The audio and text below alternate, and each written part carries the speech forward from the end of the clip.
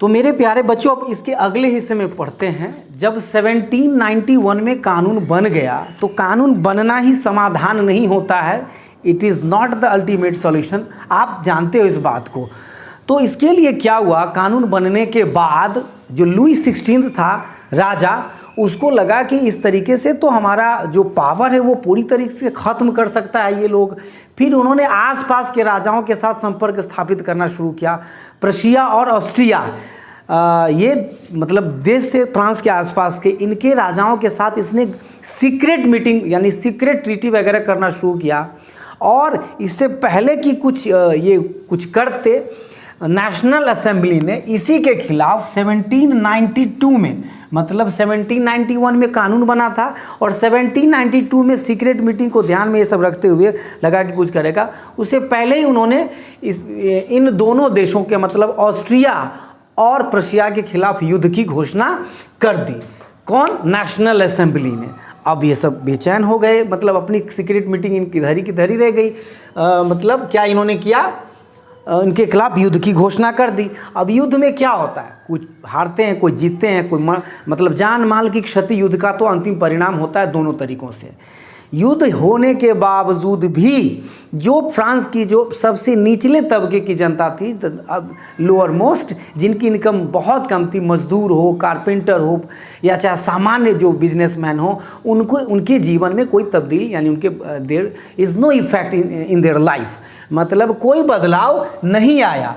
तब इन्होंने Jacobin club की स्थापना किया। क्या किया? जैकोबिन क्लब की स्थापना की। और जिसके लीडर कौन थे? जैकोबिन, ब्लैक वाला देना, जैकोबिन क्लब के लीडर का क्या नाम था? तो मैंने लिखा मैक्समिलन रॉबेस्पियर। ये नाम याद रखना, आगे ये फिर अपनी सरकार भी बनाएंगे।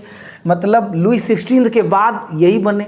मतलब 3 राजाओं को फ्रांस की क्रांति में राजा या प्रशासक कहें बहुत माना जाता। एक तो लुई 16 बहुत चर्चा में रहा, शुरुआत में क्रांति का कारण ही रहा। हालांकि इनके जो पीछे पिताजी दादाजी वो भी कारण में आएगा, लेकिन लुई 16 के जिम्मे सारी बात आ गई बेचारे की। इसके बाद मैक्समिलियन रॉबेस्पियर आए तो कल्याण के लिए इन्होंने बहुत सारे बदलाव के लिए भी सोचा ज़बरदस्त तरीके से, लेकिन इनका भी बहुत ज़्यादा सक्सेसफुल नहीं रहा, इनको भी बने।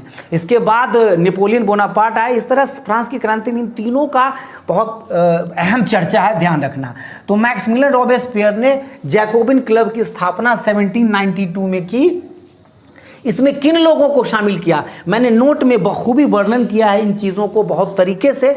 Despite of that I am telling you कि less affluent part of the society, मतलब जो कम पढ़े लिखे, मतलब जो कम धनी थे, यानी कि गरीब, मजदूर, किसान, ये सब इनके इस जैकोबिन क्लब का हिस्सा बने।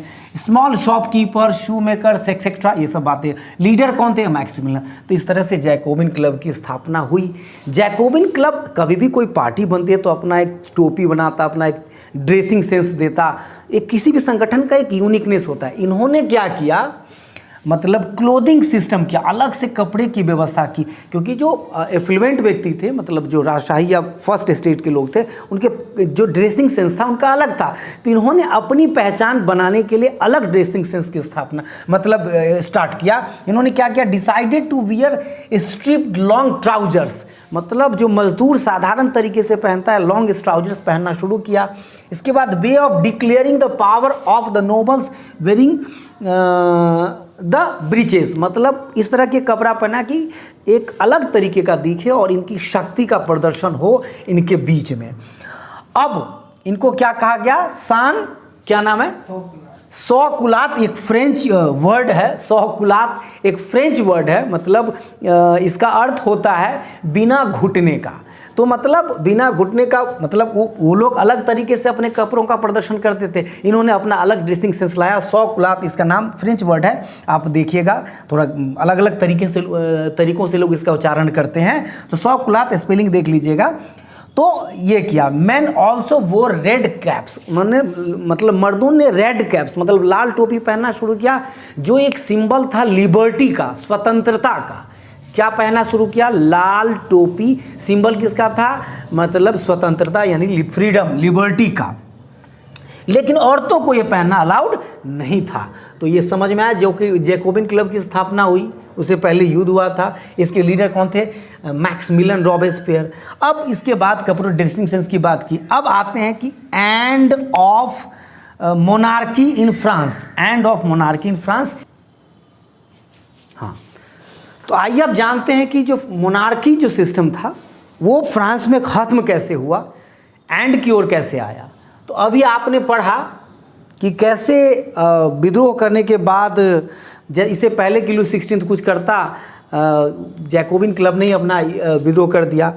अब जैकोबिन क्लब ने एक फिजिकल वायलेंस मतलब एजिटेशन का निर्णय लिया, डिसीजन लिया इन समर 1792। ह्यूज वायलेंस करने का मतलब कि अब आर और पार की लड़ाई की बात कर रहे हैं। तो इसमें क्या हुआ कि फिर उसके बाद मतलब बहुत वाले फिजिकल वायलेंस की बात लिया। 10 अगस्त को इन्होंने क्या किया, 1792 को उसका जो महल था, पैलेस, ट्यूलरीज कहा गया, मतलब फ्रेंच वर्ड है तो आप देखिएगा। उन्होंने क्या किया, उसको घेर लिया, राजा जहाँ पे रहते थे महल को, और उनके जो सुरक्षा गार्ड थे जो उनकी रक्षा में लगे हुए थे उनको मार दिया और उसको राजा को बंदी बना लिया। Killed the king and guards. और उन्होंने रॉयल फैमिली को कैद करने का एक रिजोल्यूशन पास कर दिया। रॉयल फैमिली को कैद करने का इन्होंने एक रिजोल्यूशन पास कर दिया, in prison the royal family.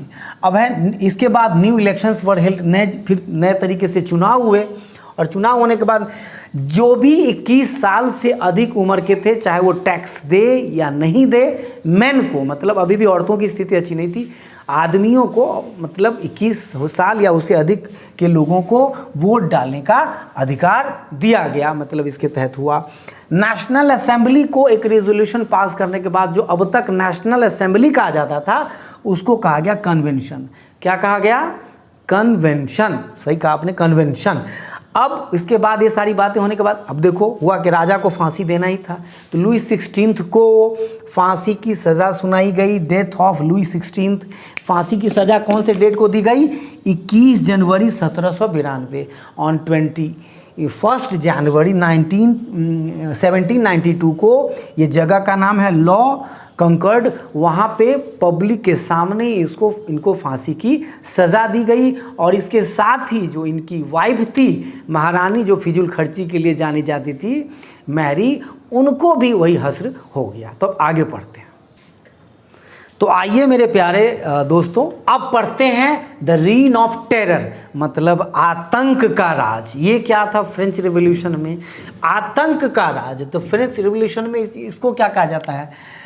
जब जैकोबिन क्लब बना था तो उसका लीडर कौन था? जैकोबिन क्लब के बनते समय उसका लीडर था कौन? Maximilian Robespierre. इसी को आप इस द रीन ऑफ टेरर की जगह रॉबेस्पियर्स टेरर भी कह सकते हैं। इसने स्टार्ट किया था। इसकी मैं मतलब क्या कहूँ कि इन्होंने रिफॉर्म करने के लिए तो काफ़ी हद तक कोशिश की, लेकिन इतना स्ट्रिक्ट लॉ लगाया कि इनके जो सपोर्टर थे, विरोधी तो इनसे कांपते ही थे, जो इनके सपोर्टर थे उनको भी इन्होंने नहीं छोड़ा, जो इनसे अलग थॉट रखते थे, इनसे कन्फ्लिक्ट करते थे विचारों में। तो इन्हीं के ऋण को मतलब 1 साल ही चला, 1793 टू 1794। किसका? मैक्सिमिलियन रॉबेस्पियर का टेरर। मतलब इन्होंने अपनी प्रशासनिक सुधार बहुत सारे करने की कोशिश की। कौन कौन सी सुधार की मैं शॉर्ट में बताता हूँ, नोट में पूरा है। तो देखो, जैकोबिन्स रूल लाया फ्रांस में। इन्होंने क्या किया? पॉलिसी लाया सर्व करने का, कंट्रोल एंड पनिशमेंट, मतलब जो गलती करे उसको सख्त से सख्त सज़ा दो, ये पॉलिसी उन्होंने लाया। इसके बाद ग्रेन टू सेल, उन्होंने क्या किया? बहुत सारे बदलाव लाए।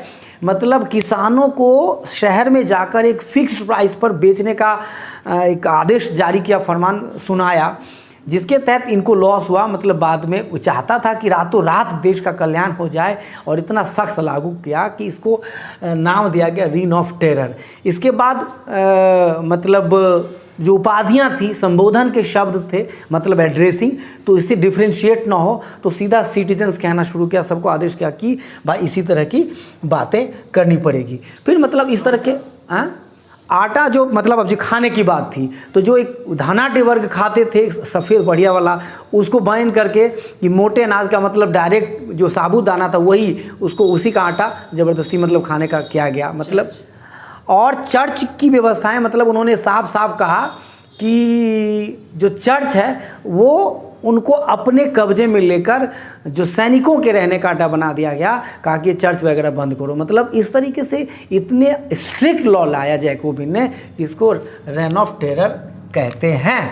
फाइनली अपने ही कानून के द्वारा मतलब जो भी कहिए, इसको मतलब कोर्ट ने जुलाई 1794 में डेथ वारंट दिया, मतलब फांसी की सज़ा सुनाई। और फांसी की सज़ा सुनाते ही अगले दिन इसको अरेस्ट किया गया और फिर गुलेटी पे उसको लटका दिया गया, मतलब काट दिया गया। तो अब आगे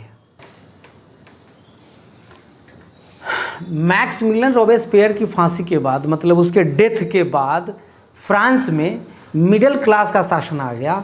और उसमें जो सबसे बेकार बात की, या बेकार कहें या कुछ भी, उसने क्या किया, जो टैक्स नहीं देते थे उनको वोट से वंचित डिनाइड कर दिया गया, मतलब उनको वोट देने का अधिकार छीन लिया।